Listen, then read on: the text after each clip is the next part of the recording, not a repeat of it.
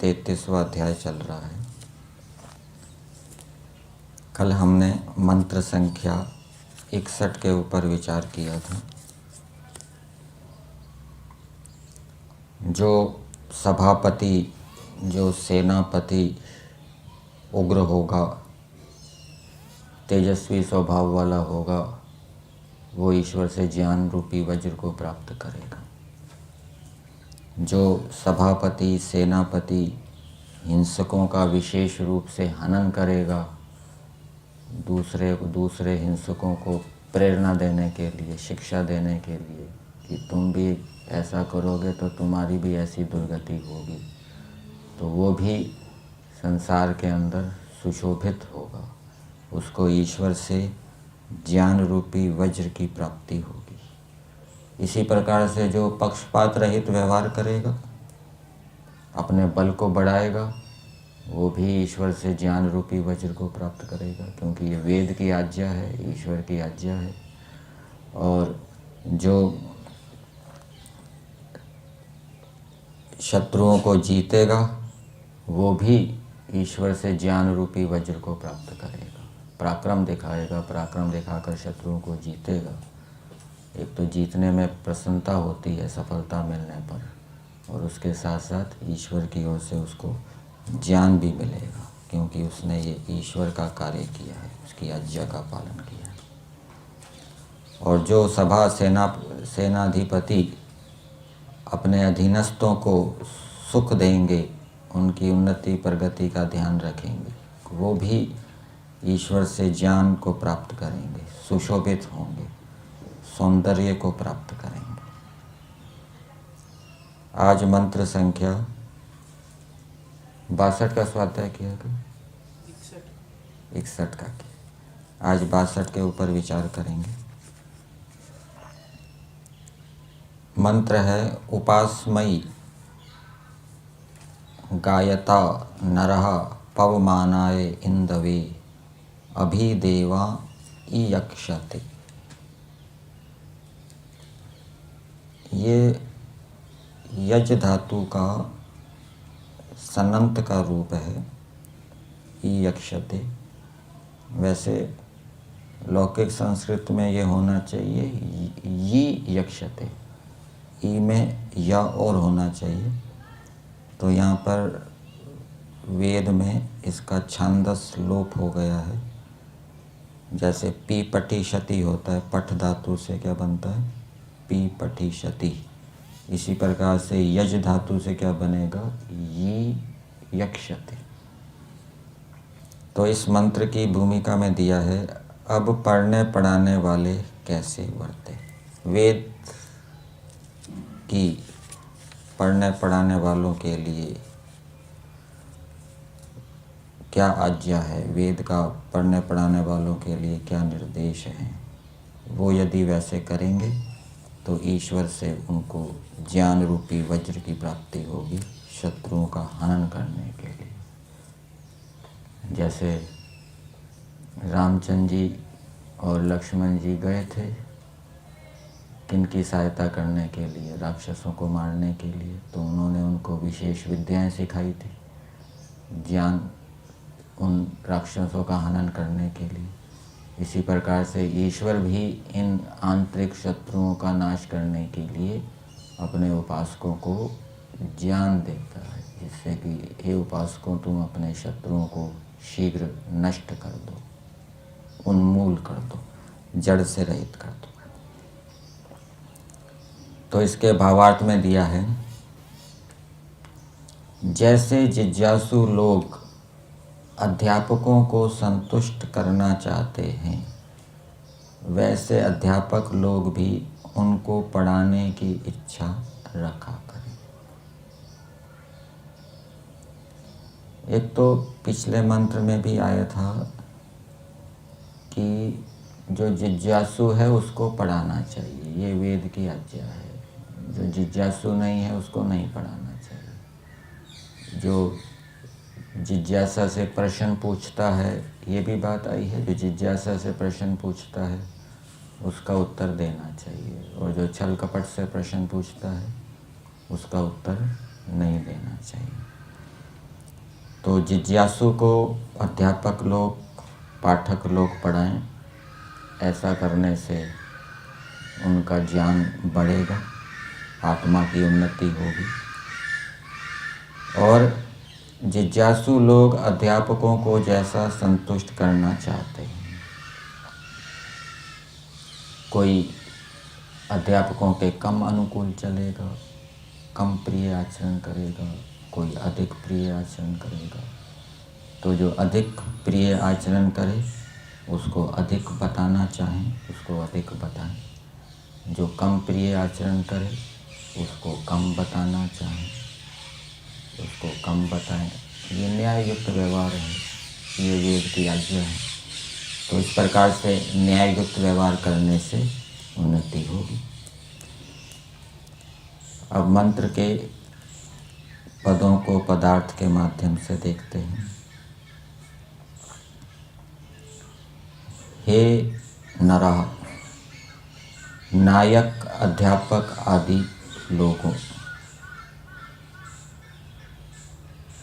संबोधन में बताया गया, ये अध्यापकों को संबोधन किया जा रहा है। तुम लोग देवान विद्वानों को अभी सब ओर से ईयक्षते सत्कार करना चाहते हुए। तो जो अध्यापक हैं उनकी विद्वानों के प्रति सत्कार का भाव होना चाहिए, ठीक है ना। उनसे जो बड़े विद्वान हैं, उनके गुरु हैं, आचार्य हैं, अथवा और दूसरे जो बड़े विद्वान हैं, उनका सत्कार अध्यापकों को करना चाहिए। दूसरे विद्वानों के प्रति अध्यापकों का तिरस्कार का भाव नहीं होना चाहिए, ठीक है ना। ये वेद की आज्ञा है जो पढ़ाने वाले हैं। तो विद्वानों को सब ओर से सत्कार करना चाहते हुए तस्मै, इस पवमानाय, पवित्र करने वाले, इंदवे, कोमल विद्यार्थी के लिए निकटस्थ होके शास्त्रों को पढ़ाया करें। तो विद्यार्थी के दो विशेषण बताए। एक तो पवमानाय, वो विद्यार्थी कैसा होना चाहिए? पवित्र करने वाला होना चाहिए। पवित्र करने वाले विद्यार्थी को अध्यापक लोग पढ़ाएं। पवित्र किसको करें? अपने शरीर को पवित्र करने वाला, जो अपने मन बुद्धि को पवित्र करने में लगा हुआ है, अंतःकरण को पवित्र करने में लगा हुआ है, ऐसे विद्यार्थी को अध्यापक लोग पढ़ाएं। तो ये शरीर, मन, बुद्धि, अंतःकरण किससे पवित्र होंगे? सत्याचरण से, योगाभ्यास से। तो जो योगाभ्यास करने वाला है, अष्टांग योग का अनुष्ठान करने वाला है, अहिंसा, सत्य आदि का पालन करने वाला है, ऐसे विद्यार्थी को अध्यापक लोग पढ़ाएं। और विद्यार्थी किसको पवित्र करें? अध्यापकों को भी पवित्र करें। अध्यापकों को कैसे पवित्र करेंगे? अध्यापकों को भी पवित्र करने वाला हो विद्यार्थी, या ये नहीं घटेगा? कैसे घटेगा? कुछ दोष होते हैं जो कभी कभी विद्यार्थी को पकड़ने में कभी कुछ दोष होते हैं जो कभी विद्यार्थी को पकड़ में आ जाते हैं, क्योंकि उसने उस क्षेत्र में ज़्यादा मेहनत की है। तो वो अध्यापकों को प्रेम पूर्वक बता सकते हैं। उनमें भी कोई दोष दिखाई दे तो वो भी थोड़ा संकेत कर सकता है।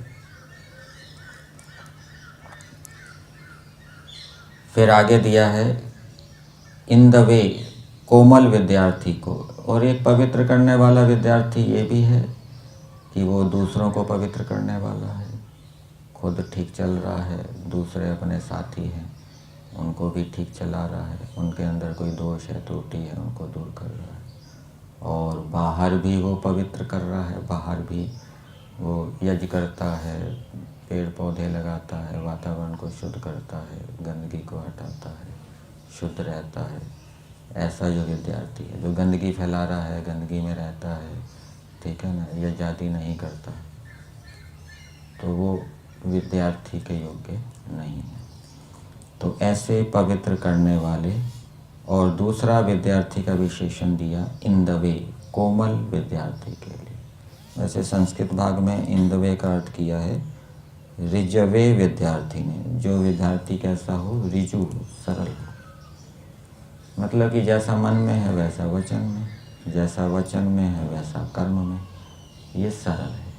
मन में कुछ और, वाणी में कुछ और, कर्म में कुछ और, आत्मा में कुछ और, तो ये क्या है, कुटिलता है। आत्मा में कुछ और, मन में कुछ और, ये समझ में आता है?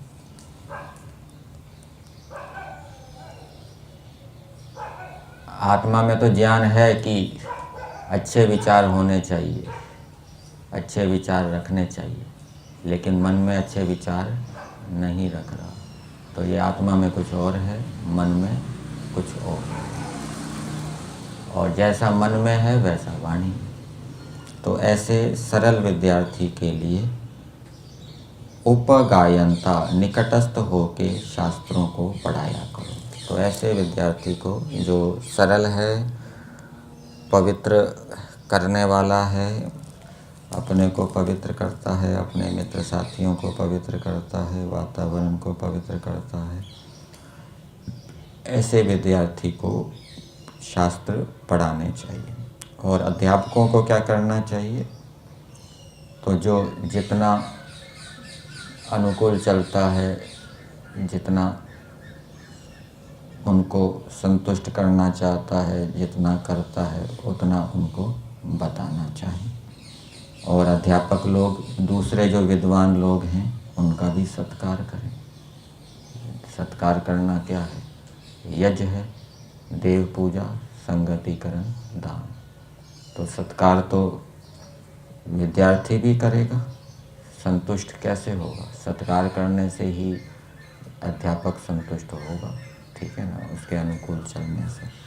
और अध्यापक लोग भी दूसरे विद्वानों का सत्कार